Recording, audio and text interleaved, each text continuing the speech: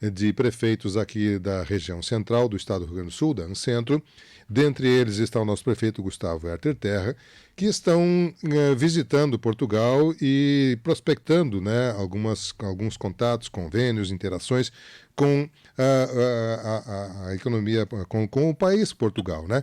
E a gente vai conversar nesse momento ao vivo. Nesse instante são 9 horas e 3 minutos, são 13 horas e 3 minutos em Portugal, início da tarde, onde o prefeito Gustavo Herter Terra se encontra e poderá nos explicar um pouco melhor o que está fazendo lá, Tupã-Ciretã, o que os prefeitos da Ancentro estão lá fazendo e quais os possíveis resultados desta ação, dessa atividade. Prefeito Gustavo Herter Terra, muito boa tarde ao senhor, como é que está? Tudo bem? Boa tarde, Miguel, tudo bom? Boa tarde a todos que nos acompanham.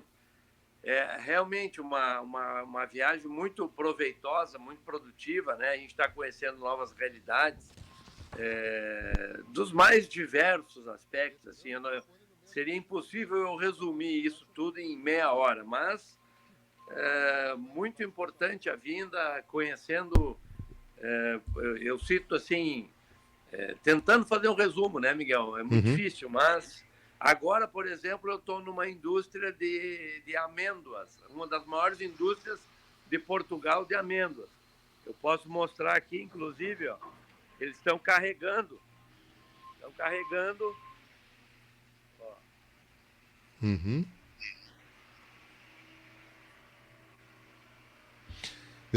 Estão carregando amêndoas, ó, em loco. Perfeito.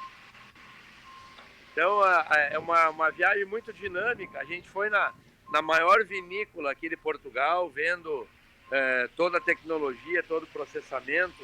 Agora, nessa indústria aqui, que eu acho que também deve ser ou a maior ou das maiores de amêndoa aqui de Portugal, visitamos a universidade aqui, onde de pronto foi estabelecida uma parceria com a UFSM para a troca de tecnologias em setores do agro, né? Visitamos uma empresa que tem uma tecnologia muito interessante, que usa a polpa, o resíduo da pele de amêndoa, resíduo principalmente daquela polpa do esmagamento, da extração do óleo da azeitona. Aquela polpa é um subproduto. E essa indústria, ela usa uma mosca brasileira, olha que interessante, e que tem aí em Tupã, e eu conheço essa mosca, já vi aí lá na nossa propriedade, tem no meio rural de Tupã. Essa mosca, a larva dessa mosca converte essa polpa da azeitona num substrato que serve para ração animal e, inclusive, a prensagem, o esmagamento dessa larva, ela produz óleo, que também pode ser usado para ração animal. Então, eu indaguei bastante a utilização dessa mosca para o lixo orgânico, o lixo urbano orgânico. Se nós não poderíamos converter esse lixo, esse resíduo, né? Esse lixo orgânico que sai das casas, após toda a separação, a classificação do que é reciclável, isso nós poderíamos dar um destino barato ao nosso lixo e montarmos esse projeto de tratamento biológico do nosso lixo e que produziria inclusive substrato para a ração animal. Então são questões de sustentabilidade que Portugal está bem na nossa frente. Está muito interessante esses projetos. Eu estou levando esse projeto para estudo. Já estamos com todos os contatos aqui de network com esse pessoal. Mas a gente percebe que a Europa como um todo, e principalmente aqui no sul da Europa, está muito apreensivo aí com o momento que o Brasil está vivendo. Essas relações comerciais entre países, né, isso depende muito de liberdade econômica, depende de governos que tenham a liberdade econômica como filosofia enfim, filosofia política, né? Então, o momento aqui, né, em Portugal é muito de muita apreensão com o que vai acontecer com o Brasil aí agora nos próximos dias. Mas a gente tem muita esperança de que tudo siga para frente, né? Essas relações sigam sempre positivas. Bom, eu poderia tocar aqui vários pontos. Por exemplo, um ponto-chave, Miguel, que Portugal está vivendo hoje é a questão da água. Tá? Isso é uma pauta para nós falarmos muito aí, em alguns momentos posteriores, a questão da água.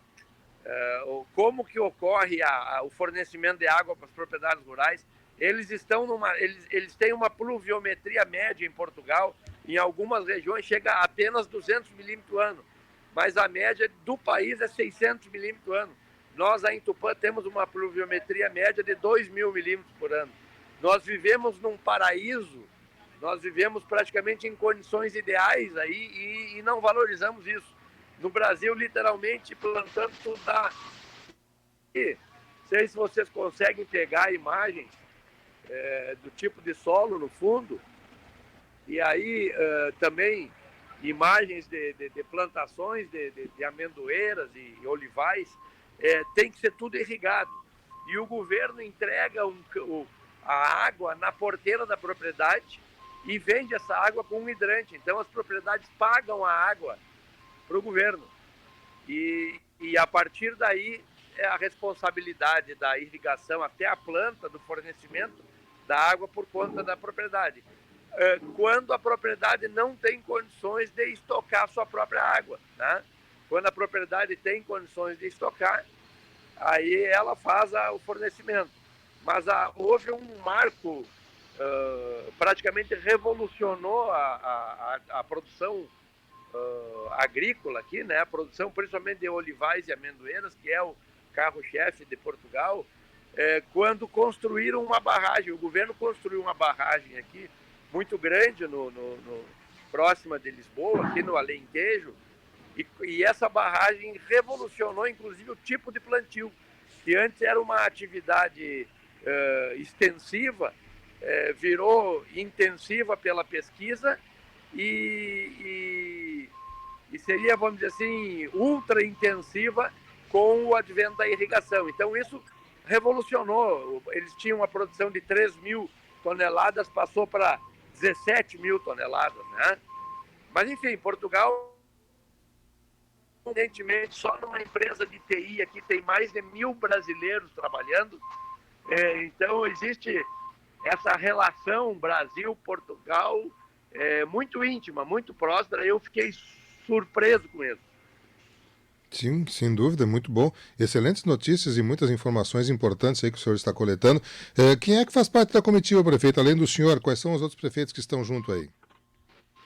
Nós temos prefeitos de vários municípios, né? Prefeito de Júlio de Castilhos, o Bernardo está aqui. Prefeito de Polesne, o presidente da Incentro, o Matione. Prefeito de São Martinho, prefeito do Jari, o Ney também está aqui.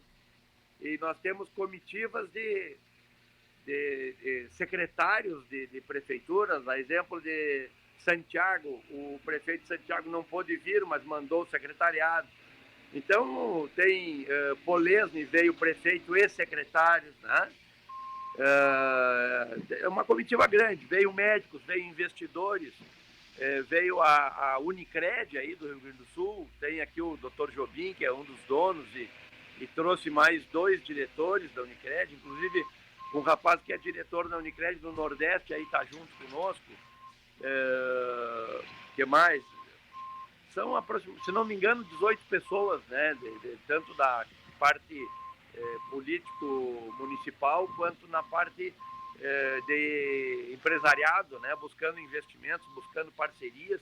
E é por aí, o futuro é por aí. O futuro é por aí. Quem quer se desenvolver, quem quer sair da vala comum, tem que correr atrás da máquina, e é o que a gente está fazendo. Tá? Sim, sem dúvida.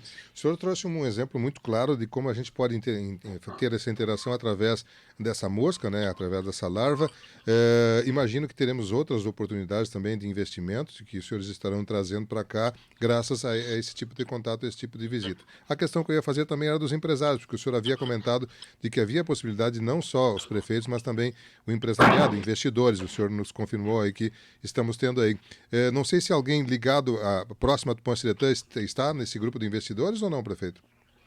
Não, eu fiz o convite para vir comigo para alguns empresários ali de Tupã, mas não seria uma quebra de paradigma, né? Nesse primeiro momento, eu acho que a gente tem que não aceitar, porque até pelo momento que o Brasil está passando, tá todo mundo muito focado aí nas eleições e eu gostaria muito de estar aí, né? Porque é um perigo, um erro, é um perigo. Mas eu tenho certeza que com mais expedições, mais saídas e até com as novidades que eu vou levar, a gente pode organizar algumas palestras aí, alguma transferência dessas informações para as pessoas. Eu acho que Tupã tem uma topografia relativamente parecida com uma boa parte aqui de Portugal e nós temos que buscar alternativas para explorar mais intensivamente aquelas regiões onde o soja, por exemplo, não pode ser cultivado, né? Aquelas regiões mais de pedra e que eventualmente não se queira atividade pecuária, pode-se colocar culturas permanentes, que eles chamam, né? Eles aqui são muito mais dedicados em culturas permanentes do que em culturas anuais. Por exemplo, cereais, grãos, aqui é o único que predomina é o trigo. Eles têm alguma coisa de aveia, soja não plantam. Esses grãos secos, eles praticamente importam todos, né? O que eles cultivam aqui mais realmente é a oliva. E agora a amêndoa está entrando muito forte, né?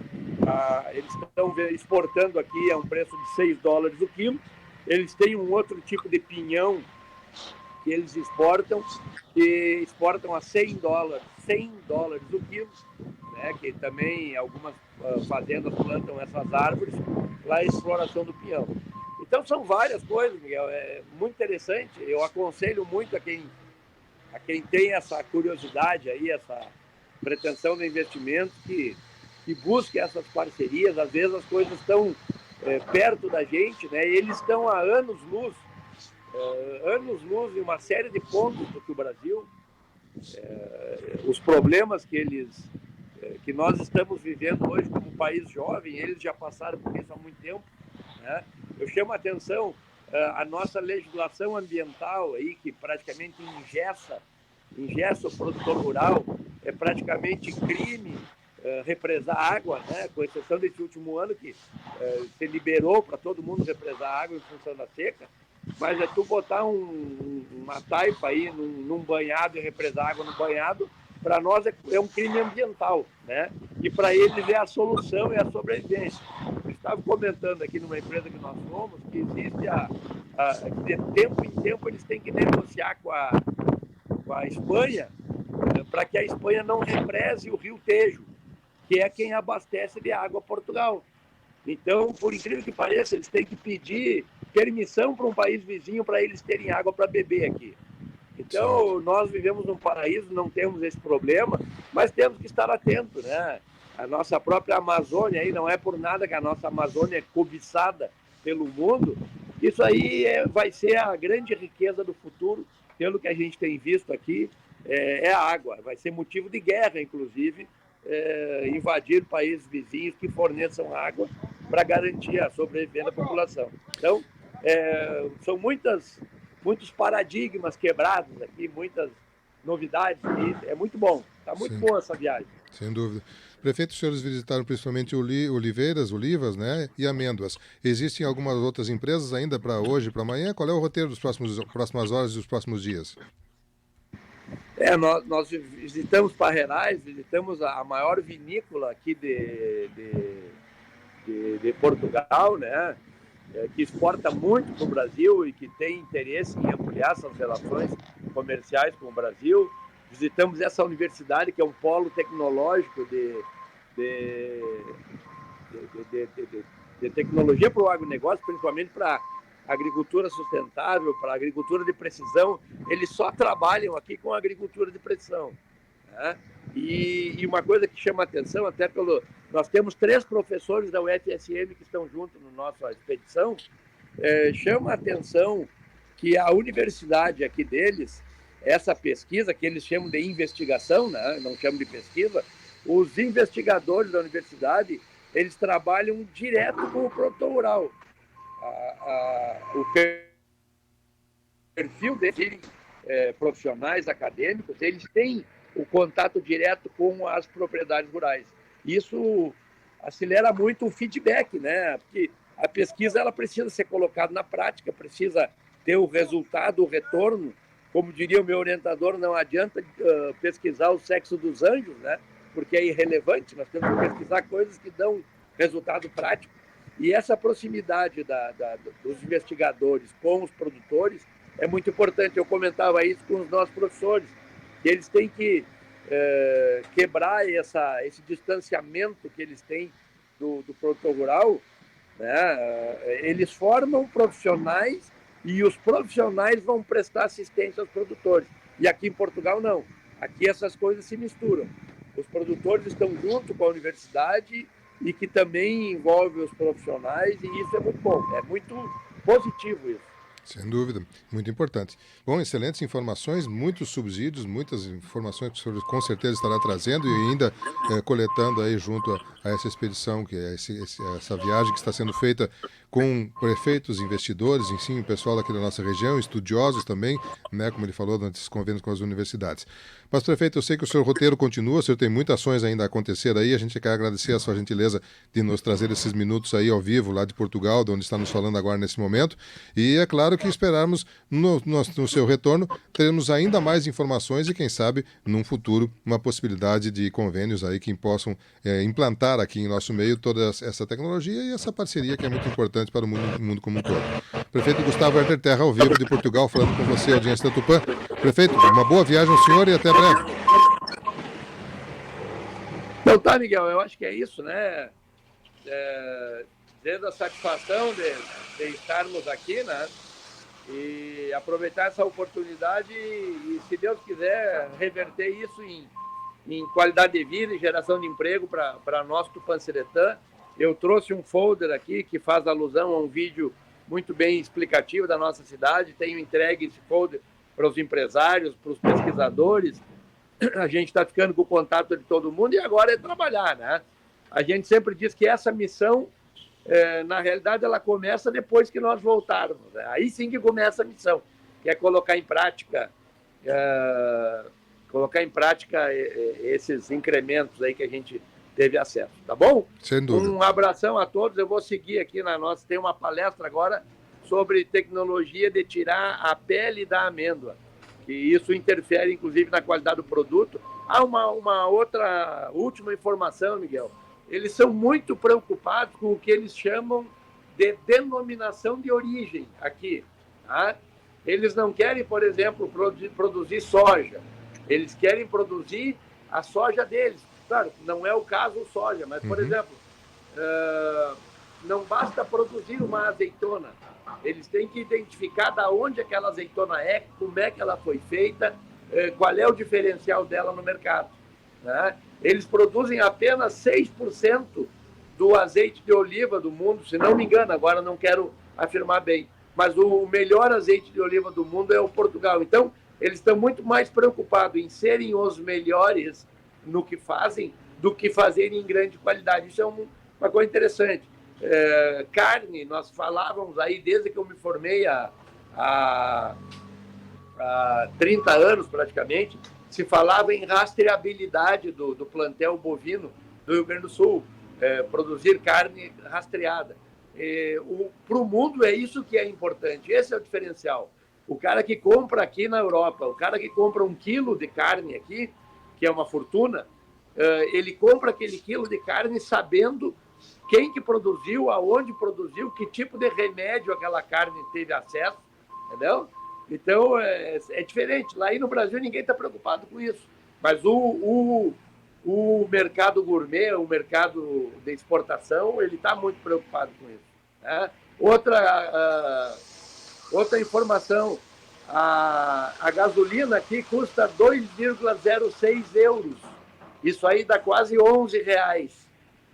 O óleo diesel está 1,99 euros, dá mais de 10 reais. Então, tem muita gente se queixando aí dos preços das coisas, mas o mundo todo está passando por isso.